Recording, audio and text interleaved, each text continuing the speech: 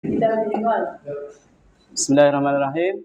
Assalamualaikum warahmatullahi wabarakatuh. Waalaikumsalam warahmatullahi wabarakatuh. Alhamdulillahirabbil alamin. Asyhadu an la ilaha illallah wa asyhadu anna Muhammadar Rasulullah. Allahumma shalli ala Muhammad wa ala ali Muhammad. Bapak Ibu semuanya, alhamdulillah kita bertemu hari ini. Mohon maaf Bapak Ibu mengganggu aktivitas hari ini. Bapak Ibu semua sudah makan siang nggih? Alhamdulillah. Siap untuk lanjut berikutnya nggih. Alhamdulillah. Oke. Di sini kami bertiga nanti saya, Bu Kuni dan Pak Anto untuk menyampaikan diseminasi terkait dengan disiplin positif. Namun sebelumnya mari remote. Remote-nya ada di ini. Oke. Saya sampaikan susunan acara untuk kegiatan hari ini. Yang pertama adalah pembukaan, kemudian yang kedua sambutan dari sekolah, nanti disampaikan oleh Ibu Wakil Kepala Sekolah Bu Aci.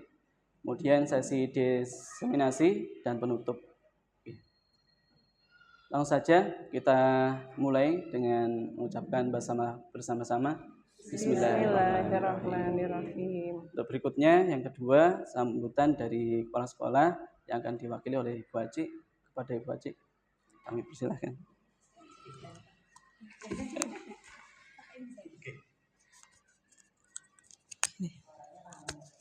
Ya.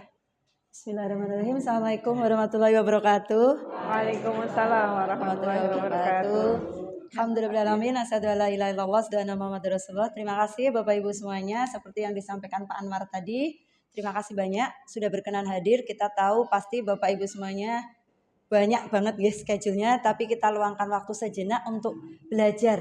Alhamdulillah bagaimanapun kita guru, kita harus meningkatkan kompetensi kita. Alhamdulillah dengan adanya 5 orang guru penggerak di sekolah kita ini di angkatan ke-11. Jadi Bapak Ibu nggak usah setiap hari mengerjakan tugas, betul? Setiap pekan 2 kali harus rukol nggak perlu, tapi sudah ilmunya sudah diambil oleh teman-teman kita 5 orang, tinggal kemudian ditransfer ke Bapak Ibu semuanya. Nah itu adalah suatu nilai plus buat kita. Alhamdulillah kita tinggal menerima hasil diseminasinya, karena sebagai guru penggerak itu harus berbagi praktek baik kepada teman-teman yang lainnya. Monggo kerjasamanya, semoga nanti ilmu yang dibagikan oleh teman-teman kita dari 5 orang guru penggerak yang ada di sekolah kita bermanfaat buat kita dan menjadikan amal kebaikan buat teman-teman kita CGP angkatan 11. Begitu saja, monggo silahkan kita ikuti sesi diseminasi disiplin positif di SD Islam Al-Azhar 28 pada hari ini hari Rabu tanggal 14 Agustus tahun 2024. Terima kasih, kita awali bersama dengan membaca basmalah bersama-sama. Bismillahirrahmanirrahim. Semangat Bapak Ibu guru semuanya. Bagaimana visi kita SD Islam Al-Azhar 28 Solo Baru? Ceria, cerdas, kreatif, berakhlak mulia. Terima kasih Bapak Ibu, monggo. Terima kasih. Cantolannya. Lanjut. Ya, terima kasih Ibu Haji sudah menyampaikan sambutannya dari sekolah. Kita langsung saja nggih. Sebelum masuk ke materi penyampaian, kita ice breaking dulu. Monggo ada yang bisa menyampaikan. Petenis handal, oke. Petenis handal. Next Pak Anta. Bisa fokus. Next. Berikutnya. Kalau ini masih dipikir.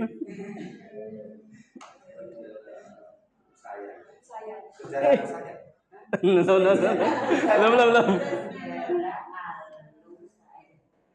Ayo sudah.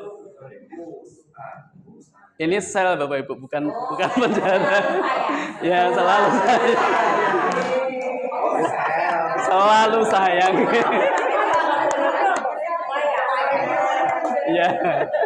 Ternyata mikirnya penjara sama kayak kemarin. Iya. Ya, Bapak Ibu, berikutnya kita akan sampaikan yang hari ini untuk diseminasi. Yang pertama tentang perubahan paradigma, kemudian kebudayaan dasar manusia, teori motivasi, dan kegiatan kelas, restitusi, sampai terakhir segitiga restitusi. Yang pertama nanti akan disampaikan oleh Bu Kuni. Oke, monggo kami persilahkan. Siap. Iya Pak Anwar, terima kasih. Semangat ya Pak, Bapak Ibu Guru. Oke. Alhamdulillah hari ini kita ketemu lagi. Semangat, tepuk semangat dulu deh. Yuk, tepuk semangat. Semangat. Kalau di kelas stafet beda, ada uhuy gitu. Uhuy gitu. Yuk, ulangi. Tepuk semangat. Semangat. Uhuy. Sip. Nah, hari ini kita mau berbagi praktek baik tentang apa yang sudah kita peroleh selama di pendidikan guru penggerak angkatan 11. Kali ini saya dapat tugas dari teman-teman untuk menyampaikan perubahan paradigma dari apa yang kita peroleh selama ini tentang disiplin. Monggo Pak Anto. Ya, disiplin positif. Kalau kita tahu bahwa disiplin itu adalah sesuatu yang sudah dan selalu kita terapkan di sekolah kita ya. Nah, kita coba yang ini. Kalau kita punya sesuatu yang kita genggam di tangan, terus nanti teman kita itu tugasnya adalah membuka genggaman ini. Kira-kira respon Bapak Ibu bagaimana? Apakah satu orang dengan orang lain akan berbeda? Coba, mungkin Bu Haji sama Mr. Fa. Bu Haji yang mengepal, Pak Fatoni yang merayu. Gimana caranya tangan itu bisa membuka? Atau yang putri dengan putri, Bapak dengan Bapak boleh. Monggo saling bergantian peran seperti itu. Nah, nanti bandingkan jawaban Anda. Apakah akan berbeda gitu. Nah, ditik boleh, dibujuk, dibentak, didik-didik. Nah ya seperti itu. Usahanya seperti apa? Nanti pasti responnya bisa jadi akan berbeda, bisa jadi akan sama. Nanti coba sendiri ya. Ya, monggo. Next, betul. Nah, kalau di teori kontrol ada miskonsepsi. Ada beberapa miskonsepsi ini. Ilusi bahwa kita guru bisa mengontrol murid. Selanjutnya ada kritik, membuat kritik dan rasa bersalah sama murid itu bisa menguatkan karakter murid. Itu misalnya kalau anaknya datang terlambat, kok datang terlambat sih? Nah, nanti kamu jadi malu ndak? Nah, seperti itu kan membuat rasa bersalah. Padahal itu ilusi kita itu bisa mempan ke anak-anak. Nah, nanti kita pelajari ya selanjutnya. Monggo Bu Jeti. Selanjutnya ada ilusi bahwa orang dewasa berhak memaksa. Nah, ilusi selanjutnya adalah semua penguatan positif, efektif, dan bermanfaat. Apakah itu efektif? Nanti kita lihat ya. Monggo Pak. Ini ada perubahan paradigma. Siapa yang sesungguhnya mengontrol kita? Dari teori stimulus respon itu mengatakan bahwa perubahan itu kita mencoba mengubah perubahan orang itu dengan cara pandang yang sama. Yang teori kontrol, kita memahami pandangan orang lain tentang dunia. Selanjutnya, yang dari stimulus respon, perilaku buruk dilihat sebagai suatu kesalahan. Kalau dari kontrol, teori kontrol, semua perilaku memiliki tujuan. Selanjutnya yang stimulus respon, orang lain bisa mengontrol saya.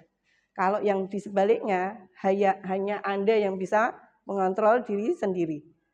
Nah, ini perubahannya banyak. Nanti monggo bisa sendiri, kelamaan nanti. Monggo Pak. Nah, sekarang menurut Bapak Ibu, disiplin itu apa ya?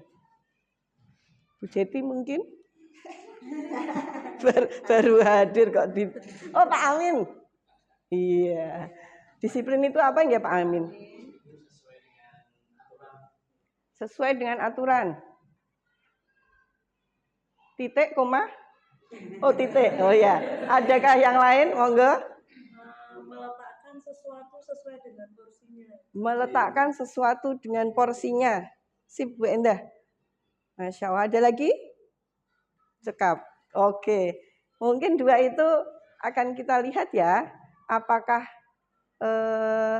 makna disiplin seperti itu? Iya.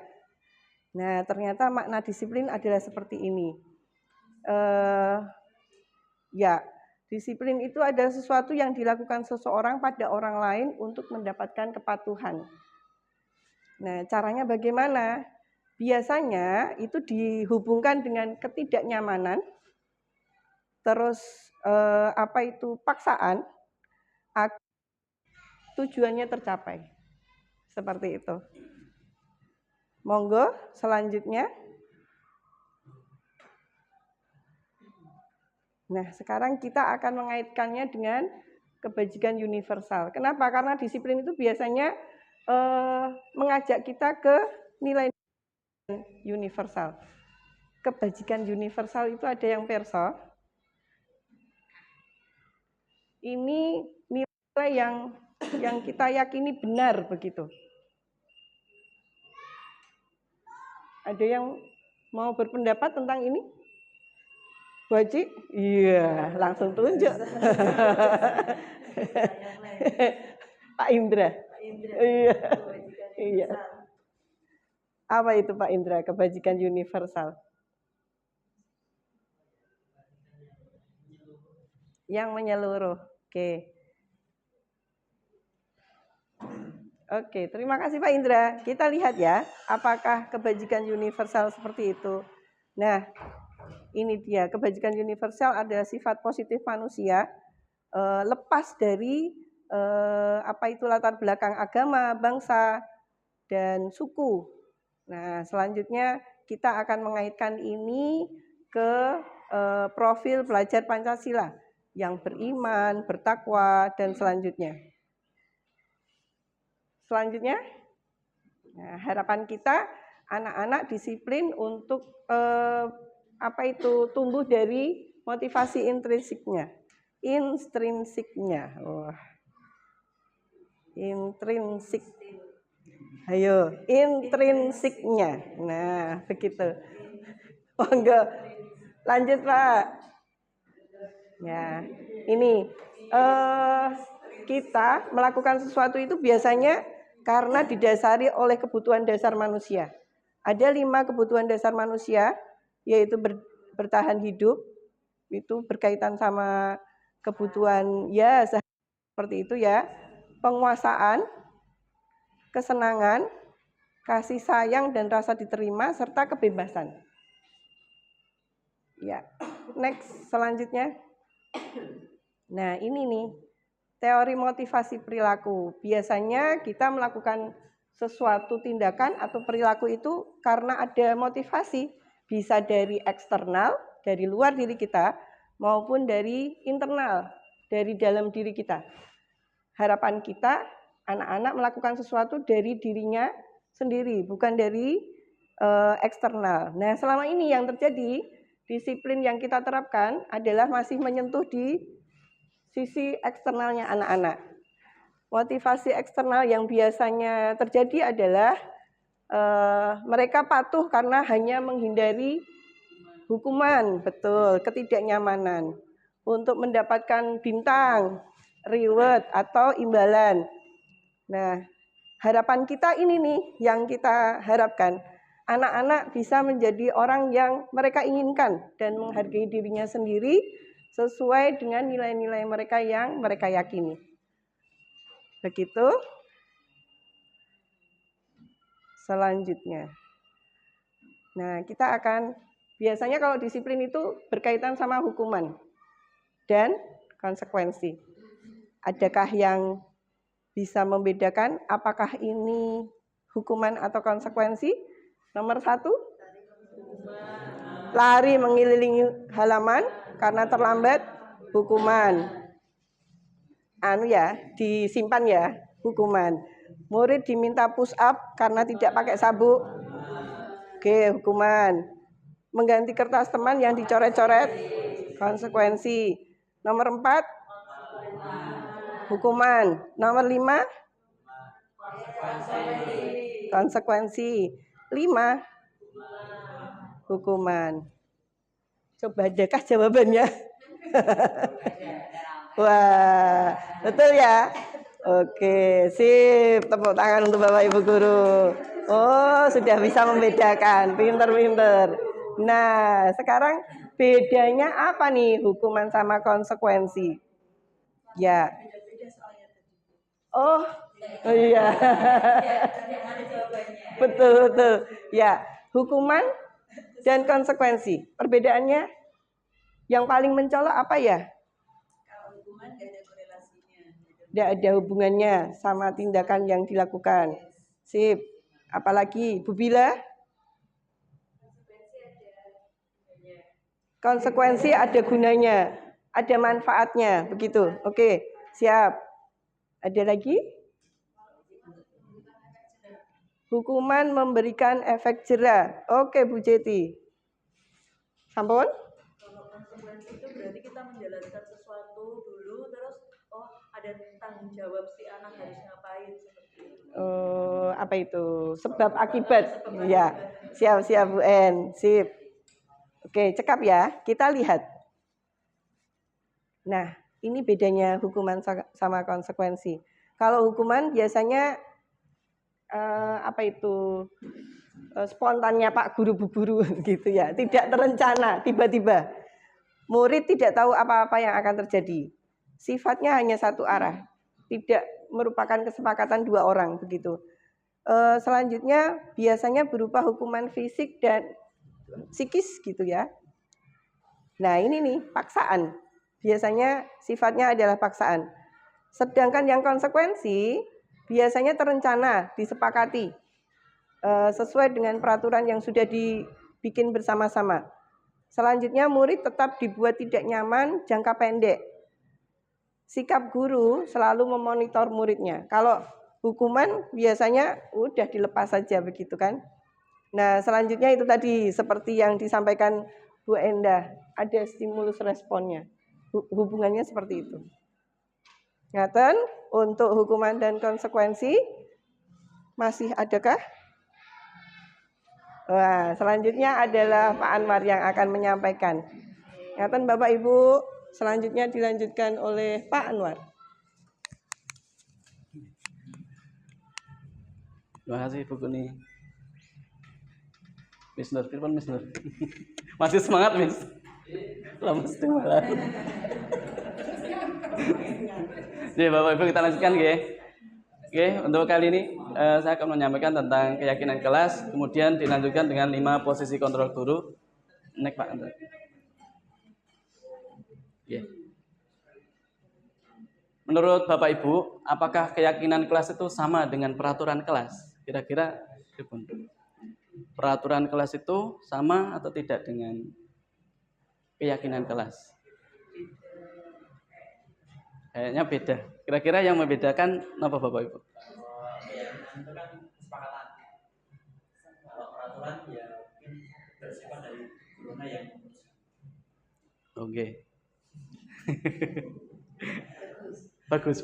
Ya. Ada yang lain? Terima kasih Pak Abid. Iya Pak Amin, Pak Amin. Tahun dari dalam. Okay. Dari luar eksternal. Yeah. Next Pak. Monggo kita lihat bersama nggih. Kita lihat dulu nggih, apakah ini keyakinan kelas atau peraturan nggih. Selalu kembalikan buku ke tempatnya.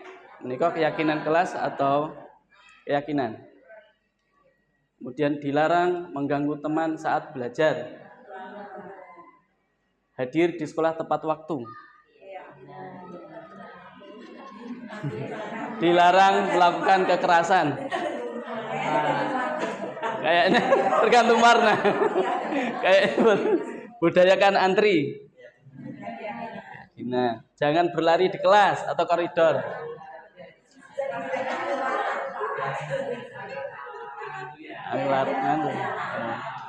Oke, coba kita lihat next.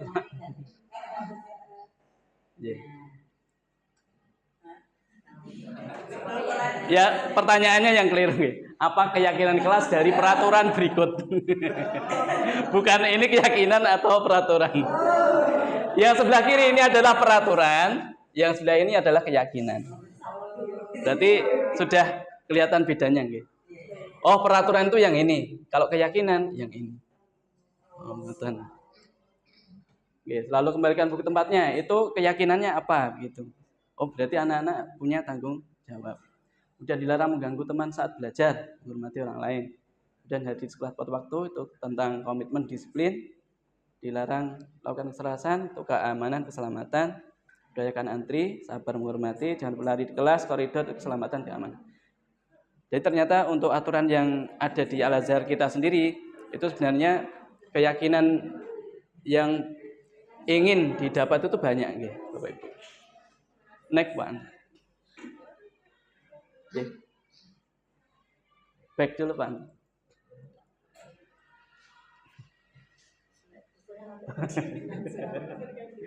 Nggih, diklik ini kamu. Sing budaya positif paling kiri nggih. Nggih. Di sini saya ingin berbagi saja Bapak Ibu terkait dengan present bawah, Pak. Tombol biru bawah. Nggih. Biru apa ungu? Nggih. Saya buta warna jadinya. Nggih. Buta warna parsial. Kalau deket gitu, kalau ada warna yang mirip gitu kadang harus ngenten dia. Sering keliru, Pak. Untuk nggih.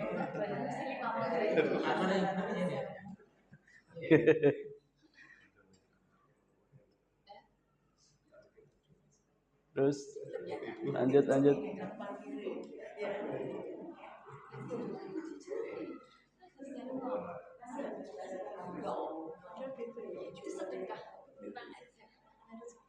Ini kan ini pembentukan keyakinan kelas yang kebetulan kemarin Pak Iwan menyampaikan.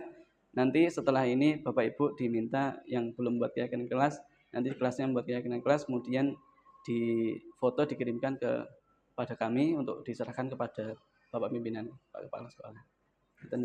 Ini contohnya mawon kami sampaikan. Pembentukan keyakinan kelas itu bersifat abstrak, keyakinan kelas bersifat abstrak ya. Berupa pernyataan universal yang tadi tanggung jawab, disiplin dan lain sebagainya itu adalah kebijakan universal. Jadi tidak terpengaruh dengan agama, suku, bangsa gitu nggih. Kemudian dibuat dalam pernyataan positif, pakai kalimat positif. Kemudian sedikit saja agar mudah diingat sesuai dengan kondisi kelas dan sekolah. Kemudian semua warga sekolah, warga kelas dilibatkan untuk membuat keyakinan kelas. Next, Pak. Oke. Ini untuk urutan yang pernah saya lakukan untuk keyakinan kelas. Pertama, saya sampaikan di sini tujuan dari keyakinan kelas itu apa, kemudian tujuannya apa. Next, Pak Anto.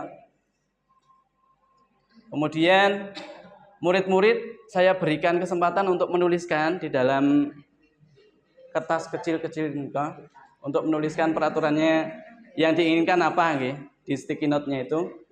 Next. Nah, ini juga sama, masih menuliskan. Next.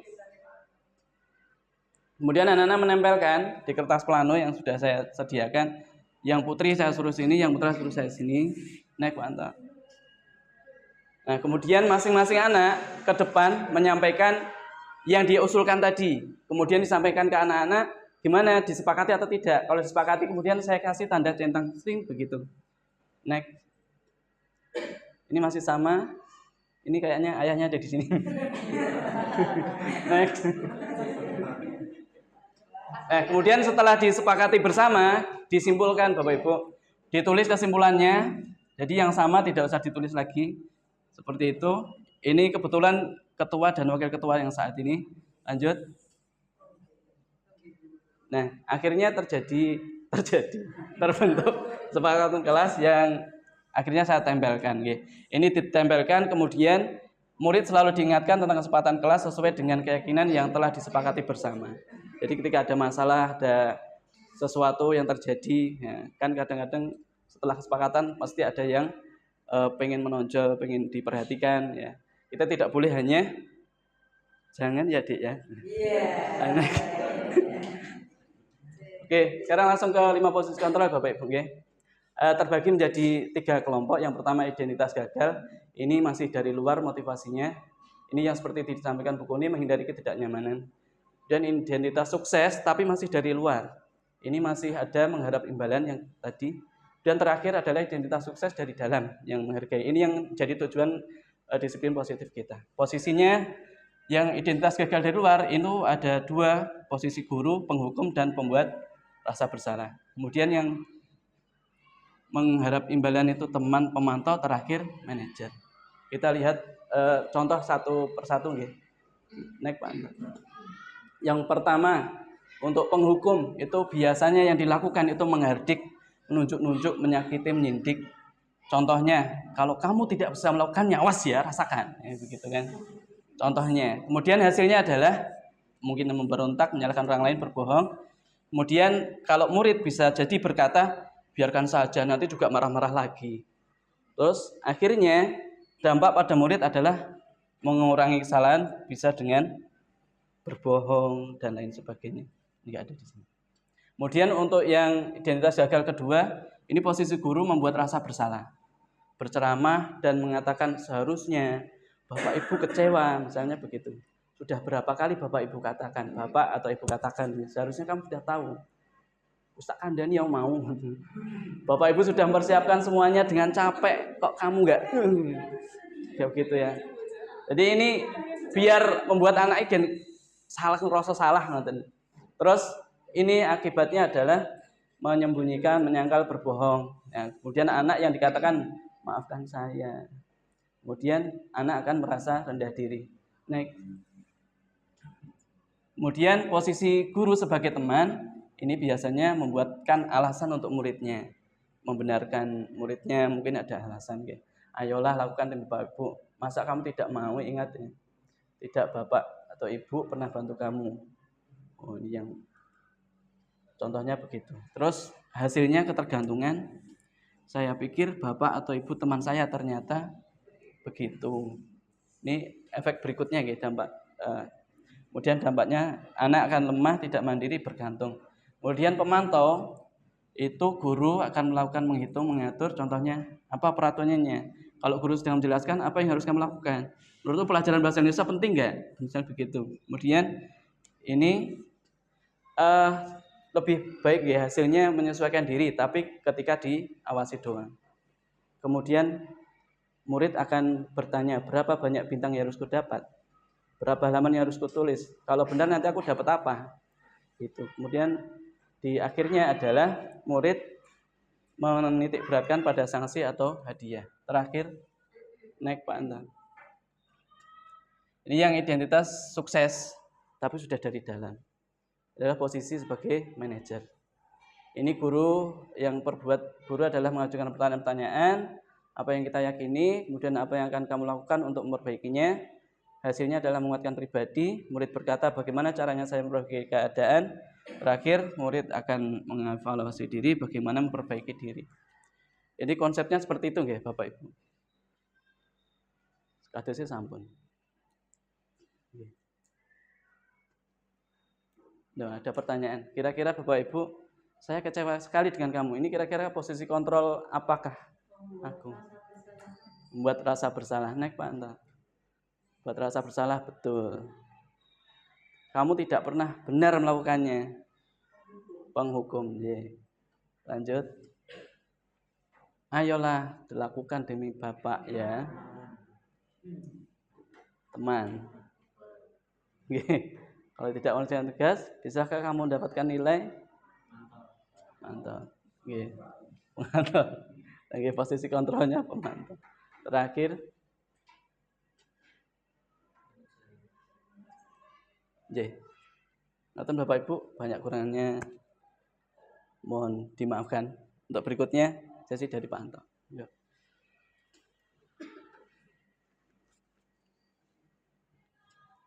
Foldernya di kanan. Pulau buka Pak Anto.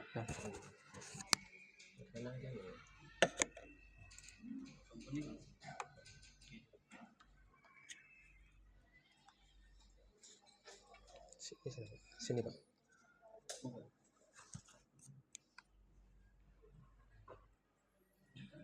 Baik, bismillahirrahmanirrahim. Assalamualaikum warahmatullahi wabarakatuh. Masih semangat Bapak Ibu sekalian? Kebetulan saya berada di posisi terakhir ya. Tantangannya lebih ya, terutama di waktu-waktu sore ini kalau kita tidak memaksakan diri untuk fokus ya nanti ngantuk. Baik, sekarang ada pertanyaan untuk Bapak Ibu sekalian terkait dengan yang telah dipaparkan Ibu Puni dan Bapak Agus Arifin Anwar. Kira-kira materi tentang apa yang bisa Bapak Ibu dapatkan dari yang telah dipaparkan? Silakan boleh acung tangan.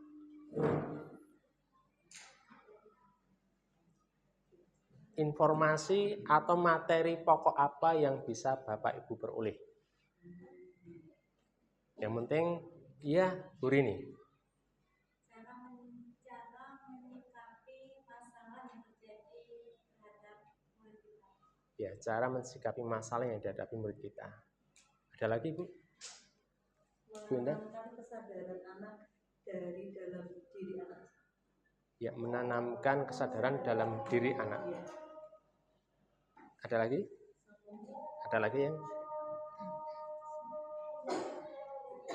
Iya, betul apa yang disampaikan Bu Rini dan Bu Endah. Intinya adalah bagaimana agar masalah yang ada pada diri anak itu bisa terselesaikan melalui intrinsik dalam anak sendiri. Makanya tadi sudah disampaikan terkait dengan keyakinan, ya, kesepakatan, kelas yang disampaikan oleh Bapak Anwar bahwa sebuah aturan itu bisa kita ubah menjadi sebuah kesepakatan, sesuatu yang diterima bersama. Sehingga nanti ketika itu sudah diterima, kemungkinan untuk menjalankannya lebih mudah, ya. Kemudian tadi juga disebutkan tentang 5 posisi kontrol bagi seorang guru. Ada penghukum, ada pembuat kecewa atau bersalah, ada teman, pemantau, terakhir manajer. Jadi sebuah pembelajaran untuk kita bahwa sebaiknya kita sebagai guru itu bisa mengambil posisi yang terbaik. Tentunya bisa menjadi seorang manajer. Nah, di sini perkenalan saya untuk menyampaikan yang namanya restitusi. Next, Pak. Nah, restitusi, ya. Sebuah cara menanamkan disiplin positif pada murid. Tadi ada pertanyaan dari Bu Kuni terkait dengan disiplin itu apa, ya? Sudah dijawab tadi ya. Betul. Kalau kita lihat di kamus, disiplin itu artinya adalah kepatuhan, ketaatan kepada aturan, tata tertib. Tapi di sini ada kata positif. Mindset kita, disiplin itu terkait dengan paksaan, hukuman, hadiah, reward, ya. Tetapi di sini paradigma yang disampaikan di filosofi KHD itu ada namanya disiplin positif, yaitu menumbuhkan disiplin yang didorong dalam diri anak tanpa hukuman dan hadiah. Kira-kira bisa membayangkan disiplin, ya, tetapi tanpa adanya hukuman dan hadiah. Kira-kira gimana caranya? Dia bisa jawab. Menurut panjenengan? Memberi apresiasi, hadiah. Hadiah. Tapi kalau biasanya kita kan hari ini kita yang datang pagi dapat 5 bintang. Itu kan kita umumkan di awal kan. kalau kita apresiasi itu kan di belakang, jadi anak-anak tidak tahu, baru kita ya Oh. selamat ya, bagus sekali untuk yang hadir hari ini 5 terbaik terpagi dapat hadiah, itu kan beda. Ya, bisa seperti itu Bisa. ya. Jadi Bisa diterima. ya, apresiasi dengan mindset yang disampaikan Bu Indah itu bisa seperti itu. Jadi bukan hadiah yang sifatnya itu di awal, tapi di akhir ketika terjadi. Ya. Next, Pak. Nah, ini pengertian restitusi Bapak Ibu sekalian. Kita langsung aja ke pengertian pertama aja ya. Ini yang pakarnya. Proses menciptakan kondisi bagi murid untuk memperbaiki kesalahan mereka sehingga mereka bisa kembali pada kelompok mereka dengan karakter yang lebih kuat. Jadi menciptakan kondisi. Jadi restitusi kita menciptakan kondisi. Bagaimana agar murid ini nanti bisa memperbaiki kesalahan mereka, tetapi yang menjadi fokus adalah karakternya, bukan tindakannya, ya, tapi karakternya. Yang disampaikan Pak Anwar tadi adalah keyakinannya. Ketika seseorang berbuat salah, maka bagaimana kita menciptakan kondisi, kita ada diskusi, kita kasih pemantik pertanyaan untuk menumbuhkan dalam intrinsiknya untuk bisa mengetahui keyakinan apa yang seharusnya ia miliki setelah melakukan kesalahan itu. Nah, seperti itu. Jadi restitusi. Maka di sini restitusi itu nanti bisa membantu murid menjadi lebih memiliki tujuan, disiplin positif, dan memulihkan dirinya setelah berbuat salah. Ya. Penekanannya bukan pada bagaimana berperilaku untuk menyenangkan orang lain atau menghindari ketidaknyamanan, namun tujuannya adalah menjadi orang yang menghargai nilai-nilai kebajikan. Jadi dia ini ketika bersalah kita kondisikan sedemikian rupa sehingga yang muncul adalah keyakinan, kepercayaan bahwa ini loh nilai kebajikan yang harus kutumbuhkan dalam diriku. Ya, seperti itu. Next, Pak. Ini ciri-ciri restitusi banyak sekali. Di sini ada 10 ya. Yang pertama, bukan untuk menebus kesalahan, tapi untuk apa? Belajar dari kesalahan. Ya. Kemudian yang kedua, memperbaiki hubungan. Jadi hubungan dengan sosialnya, dengan temannya, dengan kelompoknya. Kemudian yang ketiga, itu tawaran bukan paksaan. Ya. Sering ketika kita itu memiliki sebuah peraturan, yang muncul adalah paksaan. Kamu harus seperti ini, kamu harus seperti itu. Tapi ini sebuah tawaran. Ya, sebuah tawaran. Kamu harus lakukan ini, kamu tidak boleh ini, ya. Tapi ini sebuah tawaran kalau restitusi itu. Kira-kira baiknya gimana gitu ya. Next, Pak. Kemudian yang keempat, menuntun untuk melihat diri sendiri. Ya. Jadi kita cipta kondisi ketika seorang anak itu salah, maka kita kemas skenario bagaimana anak ini nanti akan bisa melihat dirinya sendiri. Oh ternyata aku pada posisi yang salah, seharusnya seperti ini. Kemudian yang kelima, mencari kebutuhan dasar yang mendasari tindakan. Nah, ketika anak bersalah, itu kita arahkan. Kira-kira kamu itu mau apa toh? Oh mau kesenangan. Apakah harus seperti caranya? Nah, itu kita tumbuhkan melalui sebuah skenario. Dan yang keenam adalah restitusi diri adalah cara yang paling baik. Maksudnya apa? Pengkondisian dalam diri sendiri itu yang paling baik, ya. Sehingga anak itu mampu ya mengubah kebiasaan ya dari kecenderungan untuk mengomentari orang lain menjadi mengomentari diri sendiri. Ini namanya refleksi. Anak akan mudah merefleksi diri sendiri ketika membuat kesalahan. Kemudian berfokus pada karakter bukan tindakan, sifatnya menguatkan karakter, menumbuhkan keyakinan, kemudian fokus pada solusi. Jadi fokusnya pada solusi, bukan selesainya masalah tapi solusi untuk dia dalam jangka panjang. Dan yang terakhir adalah mengembalikan murid yang berbuat salah pada kelompoknya, bisa diterima oleh kelompoknya dengan sikap karakter yang lebih baik. Nah, ini ada sebuah langkah restitusi, langkah-langkahnya oleh seorang pakar namanya Diane Gosen, itu dalam bukunya restitusi membuat 3 langkah, 3 tahapan dalam restitusi. Ya. Gampangannya ini BK mungkin ya, BK tapi juga wali kelas juga memerlukan teori ini, ya, teori menangani anak-anak yang ada masalah. ya, melanggar kesepakatan atau keyakinan kelas. Yang pertama adalah menstabilkan identitas, jadi bombong. Misalkan ada yang salah, tidak disampaikan kamu salah, tapi ya udah, kita manusia pasti berbuat salah, dibombong dulu. Baru nanti ada validasi tindakan, baru kita arahkan untuk menilai tindakannya itu benar atau salah. Ya, kira-kira yang kamu lakukan itu gimana? Nah, itu biar anak mengungkapkan sendiri. Dan yang ketiga adalah menanyakan keyakinan. Setelah dia memahami posisinya, tumbuhkan keyakinan. Kira-kira setelah kamu melihat hal seperti itu, apa yang akan kamu lakukan ke depannya? Nah, seperti itu. Next, Pak. Next, Pak. Ini kita ambil contoh praktek ya. Next, satu Pak, dipencet Pak.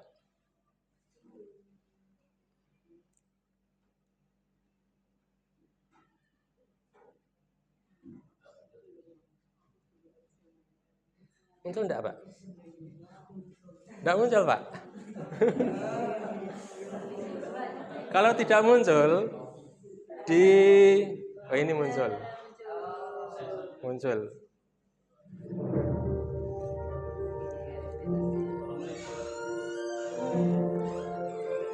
Bisa dibaca sebentar.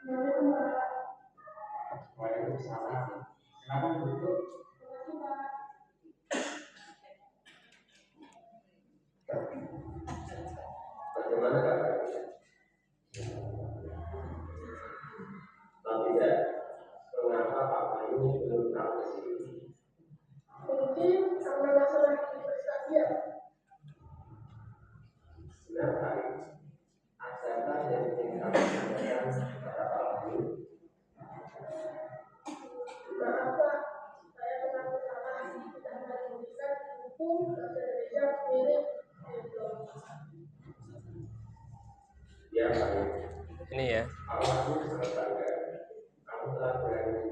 Menstabilkan. Setiap orang pasti pernah berbuat salah. Itu hal yang lumrah. Iya, Pak. Apa yakin? Aku pasti punya alasan. Mengapa kamu melakukan hal itu? Aku kesal dan kepada itu. Pak, kemarin saat istirahat, dia menyebut nama aku. Karena itu banyak orang yang melihat, aku tahu untuk berhenti. Aku kirain aku belum. Lalu, tadi saat jam pelajaran, aku mengambil buku bahasa Indonesia tanpa sebut kata. Lalu kusembunyikan di bawah lemari kelas. Mari kita bicara tentang keyakinan kelas sekolah kita. Apa yang kita yakini dan yang mana yang belum kamu butuhkan. Menghargai hak milik orang lain, Pak. Ya, baik. Lalu apa yang bisa kamu lakukan untuk memperbaiki keadaan ini? Aku akan meminta maaf kepada ibu Pak, dan aku akan berterus terang tentang alasanku menyembunyikan ibunya. Bapak setuju atas keputusan itu. Semoga ibu akan membuat kamu menjadi murid yang lebih bijaksana dan kamu juga akan menyadari pula kesalahan. Terima kasih Pak atas perhatiannya. Terima kasih. Nampaknya jam istirahat sudah gratis. Sekarang kamu boleh balik ke kelas. Baik Pak.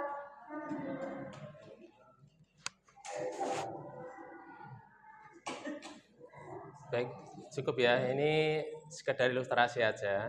Intinya restitusi itu adalah upaya apa? Untuk menciptakan disiplin positif atau budaya positif yang ada di sekolah kita dengan pendekatan-pendekatan yang seperti itu, lebih mengedepankan karakter dari hati ke hati, ya. Dan kita berusaha untuk memula kalimat, ya, membuat kalimat-kalimat yang nanti bisa menjadi stimulus anak itu muncul, ya, motivasinya, keyakinannya terhadap nilai-nilai kebajikan yang disepakati bersama di sekolah ini. Ya, seperti itu. Next, Pak. Ya, kesimpulannya tadi, ya. Biasanya nanti untuk langkah-langkah restitusi ini 3 ini, lebih banyak kita itu pasif. Jadi anak yang aktif. Kita hanya memberikan pemantik, sebuah pertanyaan-pertanyaan yang mengarahkan anak itu untuk berpikir, merenung, dan memberikan sebuah respon yang hadir dalam dirinya sendiri. Contoh yang pertama tadi, ketika anak melakukan kesalahan, kita pompong dulu. Tidak apa-apa, karena kita pasti punya salah. Next, Pak. Kemudian validasi tindakan. Kita sampaikan bahwa sebuah perbuatan pasti ada tujuan, ada motivasi. Kalau tadi disebutnya ada 5 kebutuhan, ya. Nah, kita sampaikan, kamu pasti punya alasan seperti ini. Apa alasanmu? Nah, next, Pak. Baru nanti kita setelah mendapatkan apa jawaban dari anak, kita munculkan keyakinan, ya. Berarti perbuatan seperti itu sesuai tidak dengan keyakinan yang kita sepakati bersama. Kalau tidak, apa keyakinan itu? Next, Pak. Nah, cukup itu Bapak Ibu sekalian terkait dengan restitusi, yaitu sebuah cara pengkondisian agar murid ini ketika melakukan kesalahan bisa meperbaikinya, tapi berfokus pada penguatan karakter. Bukan hanya mengedepankan aturan, kalau salah ya hukuman atau sanksi. Itu. Mungkin itu yang bisa saya sampaikan. Mohon maaf apabila ada hal yang kurang berkenan dari saya. Sebagai penutup, Bapak Ibu sekalian, mungkin refleksi untuk kita semuanya dari kegiatan ini. Mungkin bisa memberikan kesan selama kegiatan ini apa yang didapatkan. Kemudian kira-kira setelah mengikuti kegiatan ini akan melakukan apa ke depannya. Silakan. Ada yang mau menyampaikan duluan bagaimana kesannya, kemudian apa yang didapat, terus setelah dari kegiatan ini apa yang mau dilakukan. Apa ditunjuk aja? Tunjuk ya, urut aja dari Bu Yanti. Kemarin begitu, Bu. Jadi semuanya harus ngecek. Iya, apa yang Kak? Iya. Kalau refleksi, kalau di ini ya, biasanya refleksi itu ada 4 P. P itu peristiwa apa yang didapatkan, kemudian perasaannya seperti apa. Setelah itu pembelajaran yang didapat apa, dan terakhir penerapan rencana ke depan apa. Itu. Tapi bebas, itu hanya sebuah yang Alhamdulillah saya lebih tahu tentang bagaimana sikap yang baik untuk mengatur berinteraksi dengan anak dan terutama mendisiplinkan anak-anak yang memang dalam tanda kutip agak spesial gitu. Jadi bagaimana caranya yang terbaik, kemudian insya Allah akan saya lakukan pendekatan seperti yang diceritakan Pak Ambo tadi, bahwa kita harus memberitahu anak dulu, kita harus bombong anak dulu, kemudian kita beritahu kesalahannya, kemudian kita minta dia untuk mengungkapkan pendapatnya tentang kesalahannya tersebut. Soalnya kita akan pendekatan yang lebih personal. Iya, terima kasih. Oh, Bapak. Baik, Pak Denny, Masya Allah. Ya, Pak Denny. Ya, silakan Pak Denny. Ya.